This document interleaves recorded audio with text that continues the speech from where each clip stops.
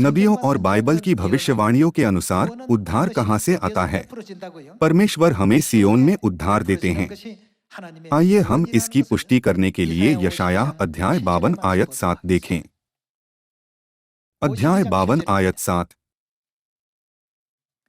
पहाड़ों पर उसके पाँव क्या ही सुहावने हैं, जो शुभ समाचार लाता है, जो शांति की बातें सुनाता है और कल्याण का शुभ समाचार और उद्धार का संदेश देता है, जो सिय्योन से कहता है, कौन राज्य करता है?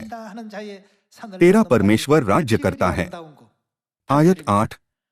सुन, तेरे पहरुए पुकार रहे हैं, वे एक साथ जय जयकार कर रहे हैं, क्योंकि वे साक्षात देख रहे हैं कि यहोवा सिय्योन को क्या लौट रहा है। परमेश्वर का चुना हुआ स्थान कहाँ है, जहाँ हम अपनी आंखों से परमेश्वर को देख सकते हैं? सभी लोगों, यह सिय्योन है।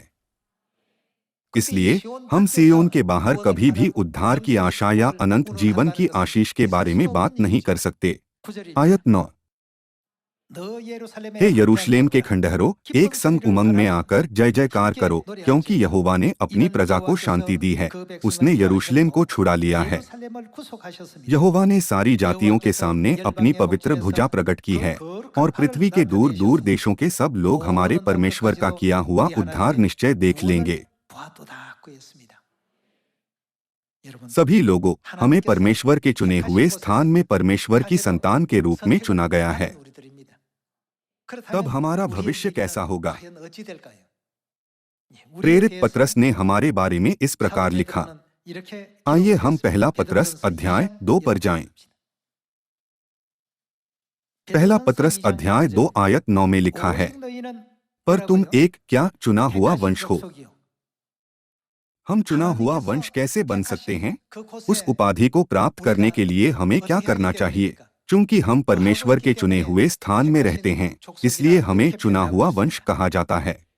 पर तुम एक चुना हुआ वंश और राज, पद्धारी याजकों का समाज और पवित्र लोग और परमेश्वर की निज प्रजा हो, इसलिए कि जिसने तुम्हें अंधकार में से अपनी अद्भुत ज्योति में बुलाया है, उसके गुण प्रकट करो।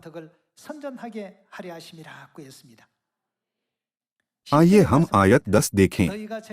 तुम पहले तो कुछ भी नहीं थे, पर अब परमेश्वर की प्रजा हो। तुम पर दया नहीं हुई थी, पर अब तुम पर दया हुई है।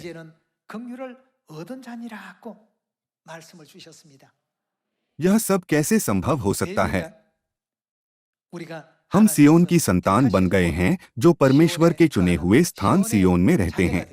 जब से हम सिय्योन के लोग बने हैं, परमेश्वर ने हमें इन वचनों से आशीषित किया है। जब हम परमेश्वर के चुने हुए स्थान में नहीं रहते थे, तो हम परमेश्वर की दया प्राप्त नहीं कर सकते थे और हम उनके लोग नहीं थे। क्या यह सच नहीं है?